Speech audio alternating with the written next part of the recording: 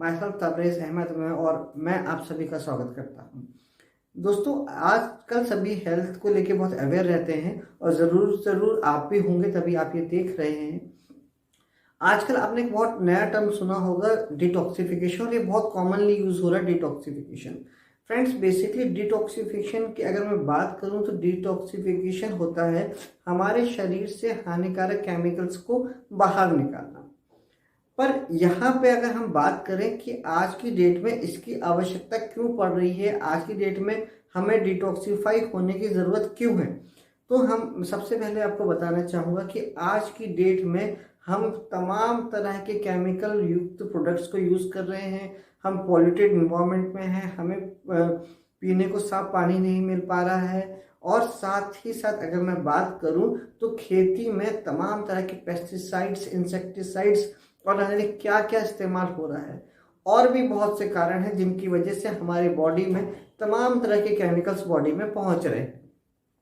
अब कुदरत की बात करूं तो कुदरत ने हमारे शरीर में ऑटोमेटिक एक सिस्टम दिया हुआ है जिसके जरिए हमारे बॉडी से ये डिटॉक्सिफिकेशन होता रहता है।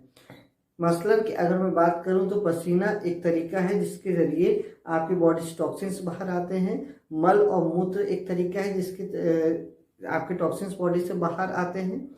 पर फिर भी डिटॉक्सिफाई करना अपने आप को क्यों इम्पोर्टेंट है, क्योंकि आज की डेट में हम बात करें तो डिटॉक्सिफिकेशन जो हमारी नेचुरल बॉडी की क्षमता होती है उससे कहीं ज़्यादा मात्रा में आज की डेट में हम लोग केमिकल्स का प्रयोग कर रहे हैं, जाने और अनजाने। इससे कोई मायने नहीं रखता कि आप जानबूझ के कर रहे हैं या अनजाने कर रहे हैं, वही आपको कर रहे हैं अपने आप को। और नहीं भी रखते हैं तो आज की डेट में खाना भी अगर आप खा रहे हैं तो उसमें भी तमाम तरह के केमिकल्स होते हैं। अब अगर हम बात करें कि इन केमिकल्स को अगर बॉडी डिटॉक्सिफाई नहीं कर पाती है प्रॉपरली तो क्या होता है कि बॉडी हमारे शरीर में जमा होने शुरू हो जाते हैं। और जब इनका जमावड़ा ज़्यादा हो जाता है, जब ये ज़्यादा मात्रा में हमारे शरीर में इकट्ठा हो जाते हैं तो ये शरीर में कोई ना कोई विकार या बीमारी उत्पन्न करते हैं। तो अगर हम अपने बॉडी को प्रॉपर डिटॉक्सिफाई करते रहेंगे तो हम हमेशा हमेशा स्वस्थ बने रहेंगे। तो सबसे पहले आज आपको ये ठानना है कि आपको अपनी बॉडी से डिटॉक्सिफिकेशन तो करना ही करना है और साथ ही कोशिश करना है कि कम से कम केमिकल्स वाले प्रोडक्ट्स को हम लोग यूज़ करें। फ्रेंड्स, आज मैं आपको 2-3 आसान से स्टेप्स बता रहा हूँ जिनको आप फॉलो करके ना केवल खुद को स्वस्थ रख सकते हैं बल्कि ये जानकारी, ये वीडियो शेयर करके आप और लोगों को भी स्वस्थ रख सकते हैं। फ्रेंड्स, सबसे पहले आप जब सुबह उठते हैं तो कम से कम एक 30 मिनट की एक्सरसाइज का शेड्यूल आपका होना चाहिए। आपको कम से कम पर डे 30 मिनट्स का एक्सरसाइज आपको करना चाहिए। सेकंड, आप अपने इनटेक में पानी की क्वांटिटी को इंक्रीज कीजिए, मतलब ज़्यादा से ज़्यादा पानी लेने की आप लोग हैबिट डालिए। थर्ड, मैं आपको बताता हूँ कि आज की डेट में लाइफस्टाइल सबकी बहुत ज़्यादा बिजी हो चुकी है, फिर भी कम से कम 6 घंटे की नींद हमारी होनी चाहिए। फ्रेंड्स, एक बहुत इंपॉर्टेंट पॉइंट आपको बता रहा हूँ, इसको समझिएगा। पहले के लोग इसे बहुत यूज़ करते थे, आजकल हम लोग इसको बिल्कुल मिस करते जा रहे हैं।